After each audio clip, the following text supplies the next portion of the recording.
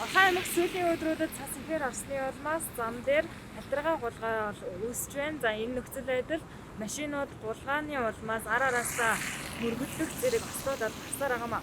Тухайлх юм бол өчигдөр буюу 1-р сарын 12-ны өдөр яг энэ 14-р сургуулийн уртлын автозамд 3 автомашин ар араасаа мөргөлдсөн ийм осол гарсан бол өнөөдөр 1 сарын 13-ны өдөр Aqua маркийн автомашин болон Toyota Prius 30 маркийн автомашинууд ар араасаа мөргөлдсөн ийм осол гарсан. За мөн уг ослын дараа 30-аас 40 минутын дараа бол нэг машин хүлээд хооронд зэвсэгсний улмаас замын хажуугийн гэрлийн шонго мөргсөн осол гарч байна. Иймд иргэд болон жолооч нарт хандаж хэлгээд замын хөдөлгөөнд анхаарал болгоомжтой орж тулаад харуулж байгааг замын цагдаагийн газраас анхааруулж байна. За ойрын өдрүүдэд цас орж хүйтний хөлөөр ирсэн. Шангачаад холбоотойгоор өдөртөө нэг 5 дуудлага мэдээлж ирж байна. Зам төр ослоо. Халтраа улаанс болж үүдэлтэй зам төр ослын дуудлага мэдээлж ирж байгаа. Энэ дээр замын нөхцөл жолооч удаа төхрөө зөвлөөнд оролцоогоос болж араас нь мөргөх, уулзуур гацсан дээр журамжч мөрөх ийм тохиолдлууд гарч ирж байгаа. Энэ тохиолдолд замын цагдаагийн байгууллага газар дээр шалдыгээд даатгалын байгууллагад хамтарч ажиллаж өхлийг багдуулах, зам төр нөхцөлчлөгаар нэг тогтруулах юм ажиллагаа явагдаж байгаа. За мөн дээр согтуугаар твэрч болоод төчлөөс мөн баггүй илэрч байна тийм ээ. Өдөр болгоход төчтөрхөд 5 илэрсэн багч шитэй.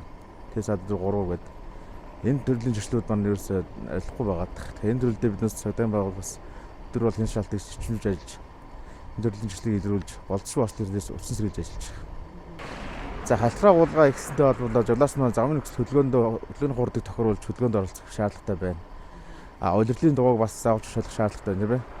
Энэ өн дээр өөртөө анхаарал хандуулж хөдөлгөөнд орох аюулгүй байдлыг бас сайн анхаарал боловсруулах шаардлагатай байгаа тийм ээ.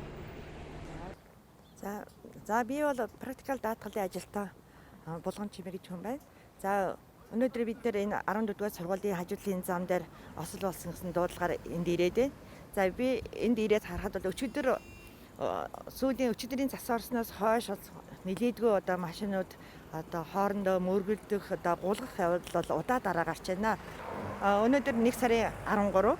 За өчигдөр буюу 1 сарын 12-нд яг энэ зам дээр бол 3 машин одоо замын гулгаанаас болоод бол осол орсон байгаа. За өнөөдөр ихэд бас 1 хоногийн дараа дахиад давтамжтай гарч байгаа нэг анхаарал татж байна. Энэ юунд байна гэхээр одоо энэ цас орсны дараа энэ зам дээрээ даваас хаасгах тийм ээ. За маш олон тээврийн хэрэгслийн эзэмшигч нарын одоо эдийн засгийн хэмнэхийн тулд энэ дээр анхаарал тавиач гэсэн хүсэлт байна.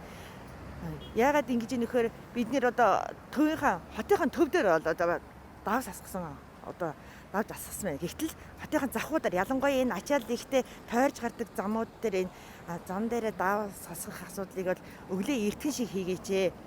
Одоо хамгийн их ачаалтай 10-аас 12 цагийн хооронд бол энэ дээр маш олон машинд бол одоо гулгалт хийж байна. Одоо цаашлаад амь насан ч гэсэн эрсдэх магадлал өндөртэй бол манай аймгийн захиргаа анхаарал таавна гэж хэлмээр байна.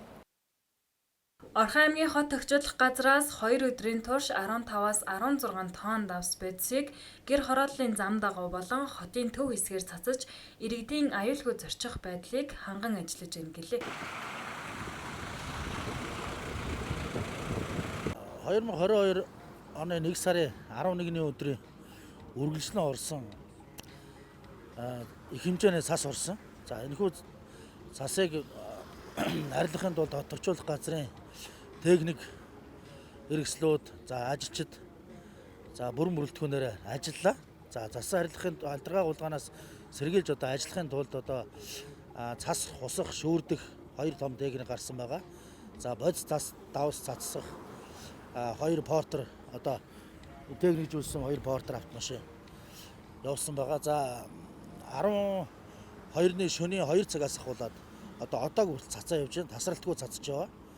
За тэгээд цас маш их орсон учраас бодис хэдий цацсан ч гэсэн халтргаа бол бүрэн бол арилгахгүй байна. Тийм учраас бодисыг бол тасралтгүй цацсаар байгаа. Тэгээд бодис давсны хувьд бол отогчуулах газарт бол нөөц бол байгаа. За бодис давс цас орох гэсэн нөхцөлд одоо тухай үед нь бодис давсыг цацаад явнаа. За тэгээд халтргаа гулгаа их байгаа учраас Орхон аймгийнхаа одоо нийт жолооч нар болоод явган иргэдтэй тийм ээ замынхаа хөдөлгөөнд маш болгоомжтой оролцох хэрэгтэй. Одоо хэдий одоо бодис давс цацж байгаа ч гэсэн одоо хальтргаа гулгаанаас одоо сонор сэрэмж бол хизээд илүүтэхгүй тийм ээ. Тийм учраас жолооч нар богиод одоо ард иргэдийн болгоомжтой замынхаа хөдөлгөөнд оролцоорой. Аймгийн хэмжээнд ойрын өдрүүдэд цас их орсны улмаас зам дээр хальтргаа гулгаа үүссэн байна. За иймд жолооч та бүхнийг машины бүрэн бүтэн байдлаа хангаж замын хөдөлгөөндөө анхаарал болгоомжтой оролцохыг замын цагдаагийн газраас анхааруулж байна.